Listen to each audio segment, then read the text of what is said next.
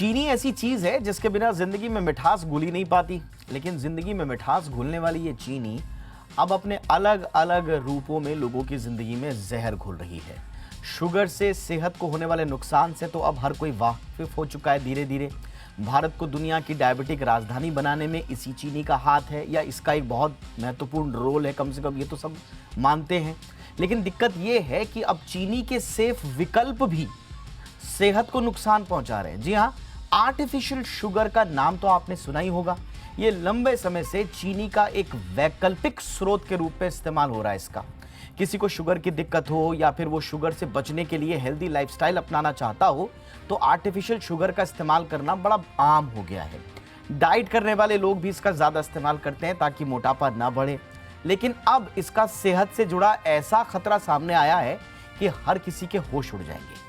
अगर आप भी इस आर्टिफिशियल शुगर का इस्तेमाल करते हैं तो सावधान हो जाइए, क्योंकि यही आर्टिफिशियल शुगर आपके दिल को बीमार कर सकता है। जी हां, दरअसल एक ताजा रिसर्च में यह दावा किया गया है कि एरिथ्रिटोल जैसी लोकप्रिय आर्टिफिशियल स्वीटनर जो इसमें रहता है, उसके सेवन से दिल के दौरे और स्ट्रोक का खतरा बढ़ जाता है। अब शोध में यह कहा गया है कि ऐसे उत्पादों के लंबे समय के जो प्रभाव हैं उनको पता लगाने के लिए अभी और रिसर्च करनी चाहिए, यानी कि आंख बंद करके आप आर्टिफिशियल शुगर ना लें। इसके लिए और रिसर्च की आवश्यकता है।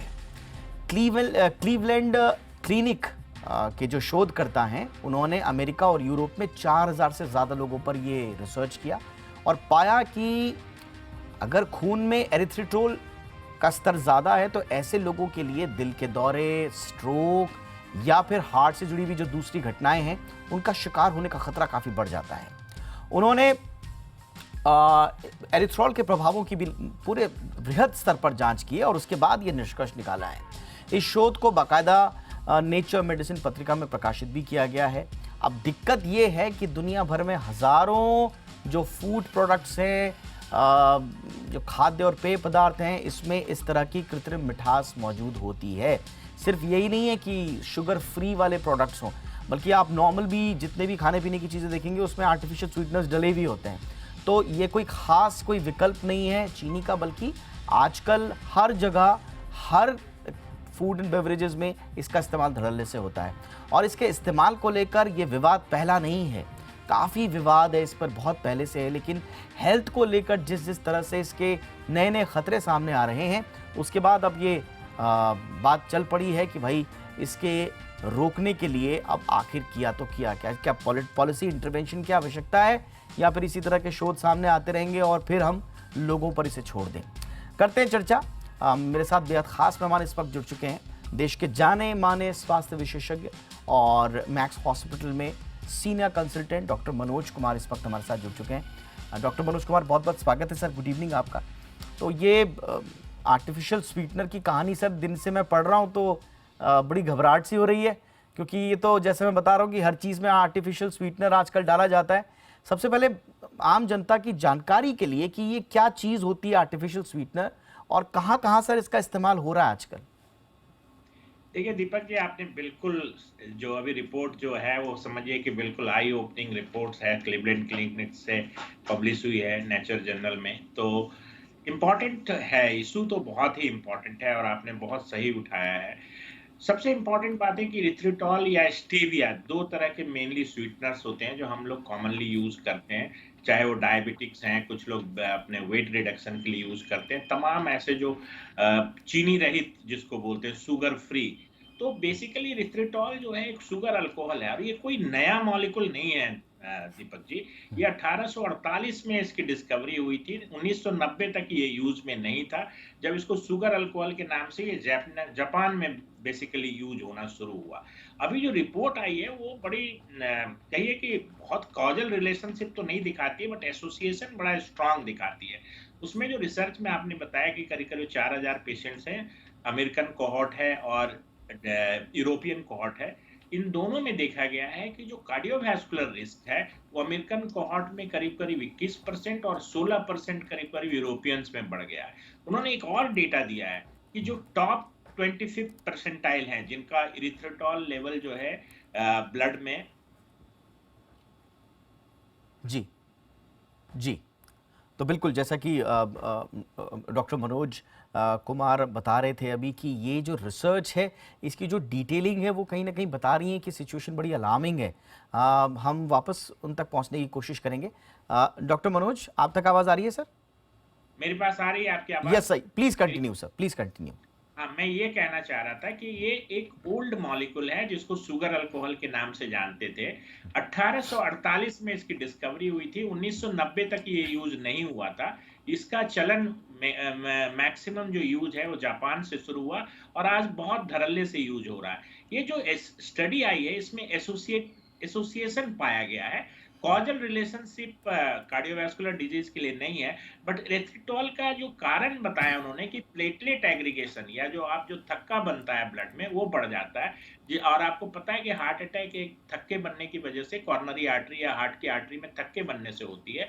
इसी तरह से स्ट्रोक, ये दोनों चीजें जो है बढ़ जाती हैं। और आपको मैं पहले भी बता रहा था कि जो हाईएस्ट 25 परसेंटाइल है जिनके ब्लड लेवल जो है एरिथ्रोटॉल के बहुत हाई थे, उनमें 4.5 गुना ज्यादा चांसेस था कार्डियोवास्कुलर डिजीज और स्ट्रोक की। दूसरी इंपॉर्टेंट चीज थी दोनों कोहोर्ट में, जो अमेरिकन कोहोर्ट था उसमें करीब करीब 21% रिस्क इंक्रीज रिस्क था कार्डियोवास्कुलर रिस्क, और जो यूरोपियन था उसमें करीब करीब 16% था। तो जो ये स्टडी आई ये बताती है कि एरिथ्रोटॉल जो है वो बहुत सेफ नहीं है, लेकिन वो ये बिल्कुल पॉजिटिव नहीं बोल रही है कि इसको लेने से ही अन्य रिस्क फैक्टर्स जो आपने बताया, जैसे कि हमारा देश तो ऐसे ही हार्ट डिजीज से मतलब एपिडेमिक के फॉर्म में है, हार्ट डिजीज डायबिटीज का वर्ल्ड कैपिटल है, तो अन्य रिस्क फैक्टर के साथ थोड़ी कंफाउंडिंग तो हुई होगी, लेकिन उन्होंने कोशिश ये की अलग करके, तो उन्होंने पाया कि एरिथ्रोटॉल लेवल डायरेक्टली कंसर्न्ड है और इसका रिलेशनशिप है कार्डियोवास्कुलर इवेंट के साथ। और जो दूसरी वाली जो आर्टिफिशियल स्वीटनर यूज होती है जिसको स्टेविया, वो प्लांट प्रोडक्ट है, उसके बारे में ऐसी कोई बात अभी तक मैं आई नहीं एग्जैक्टली है। यस सर, मैं एग्जैक्टली यही पूछना चाह रहा था सर आपसे, क्योंकि हमने देखा है, हमने अपने आसपास देखा है, आपने बिल्कुल सही कहा, स्टीविया लेते हैं लोग और या फिर एरिथ्रिटॉल लेते हैं। तो ये अब अगर किसी के पास विकल्प दिया जाए तो क्या दोनों से बचे या दोनों में से स्टीविया ज्यादा सेफ है? कुछ कब रिकमेंड करेंगे सर? मुझे अभी लगता है कि स्टेविया के लिए कोई ऐसी रिपोर्ट नहीं आई है, तो अभी जैसे एरिथ्रिटॉल की जो रिपोर्ट आई है इसको हम लोग इग्नोर नहीं कर सकते। इसमें स्ट्रॉन्ग एसोसिएशन देखा गया है। ठीक है, कॉजल रिलेशनशिप आने के लिए एक रैंडमाइज्ड ट्रायल की जरूरत है, अभी वेट करने की जरूरत है। बट निश्चित तौर पे मुझे लगता है कि अभी थोड़े दिन के लिए जिस तरह की रिपोर्ट आई है एरिथ्रिटॉल से बचना चाहिए, और अगर मुझे लगता है आर्टिफिशियल स्वीटनर से ही बचना चाहिए। हालांकि शुगर अल्कोहल है, वो प्लांट प्रोडक्ट है, तो स्टेविया अभी कुछ लोग अगर चाहें तो यूज कर सकते हैं, बगैर जिनको मधुमेह की बीमारी है या डायबिटीज है, उनको तो मैं ये रिकमेंड करूंगा कि चीनी से ही बचें। और कोई भी स्वीटनर के जगह पे मुझे लगता है कि विदाउट अगर आप पी सकते हैं, जैसे चाय, दाल, ये चाय, दूध वगैरह में आप कोई स्वीटनर यूज ना करें। और अगर आप कंपेयर करने के लिए कहें कौन सेफ है, तो चूंकि एरिथ्रिटॉल की जो रिपोर्ट है वो पब्लिश हो गई है, पब्लिश डेटा है, तो मैं कहूंगा कि स्टेविया अभी शायद बेटर ऑप्शन होगा। Absolutely sir. अच्छा सर, ऐसा कुछ ऑप्शन है क्या, या ऐसा कोई विकल्प हो कि जैसा आप कह ही रहे हैं कि या तो स्टीविया भी मत लीजिए, एरिथ्रोटॉल भी मत लीजिए, आप तो चीनी से ही बचिए, लेकिन सर हम देखते हैं कि अब ज़िंदगी ऐसी हो गई लोगों की कि चीनी के बिना तो ऐसा लगता है कि ज़िंदगी में फिर जीना ही क्या, अगर मीठा नहीं खा रहे हैं तो। और मीठे के भी विकल्प अगर बंद हो जाएं तो फिर तो मिठास आएगी कहाँ से? मतलब वो ज़बान जो है जो हर वक्त चाहती है कि कुछ मीठा आए या खाना खाने के बाद, या तो क्या किया जाए सर? मतलब ये बड़ा यक्ष प्रश्न है लेकिन बड़ा आम प्रश्न भी है। लोग बोलते हैं फिर खाएं क्या? नहीं, देखिए दीपक जी, जो नेचुरल स्वीट्स हैं, जैसे फ्रूट्स के साथ जो कार्बोहाइड्रेट्स होता है या जो फ्रुक्टोज होता है, उसका कोई साइड इफेक्ट्स मुझे नहीं लगता बहुत ज्यादा है। इवन डायबिटीज भी कुछ लिमिटेड अमाउंट्स में फ्रूट्स ले सकते हैं। तो मुझे लगता है कि एक सप्लीमेंटेशन की, या कहिए कि आपको एक रिप्लेसमेंट की जरूरत है, जो आप स्वीट्स के फॉर्म में लेते हैं, या जो आप कभी कभी ऐसा होता है शुगर फ्री मिठाइयाँ ऐसी दुकानों में भी उपलब्ध है, वहां भी यही एरिथ्रिटॉल ही यूज होता है। तो मुझे लगता है कि उन सब चीजों से बचना चाहिए। आप फ्रूट टेस्ट जो मिठास है, या जिसको कहिए कि स्वीट्स का जो स्वीट का जो एक स्वाद जिसको कहते हैं, टेस्ट जो है स्वीटनेस का, वो आप फ्रूट्स वगैरह से लें, वो बेहतर होगा। कुछ हनी भी लोगों को रिकमेंड किया जाता है, बट मुझे लगता है कि उससे भी ब्लड शुगर वाले पेशेंट्स को थोड़ी दिक्कत होती है। तो जो नेचुरल फ्रूट्स हैं उसको आप आप जिस तरह से आप डिज़र्ट में आप कहते हैं कि आइसक्रीम और मिठाइयाँ चाहिए, उसकी जगह पे थोड़ा फ्रूट्स ले लें। Absolutely sir.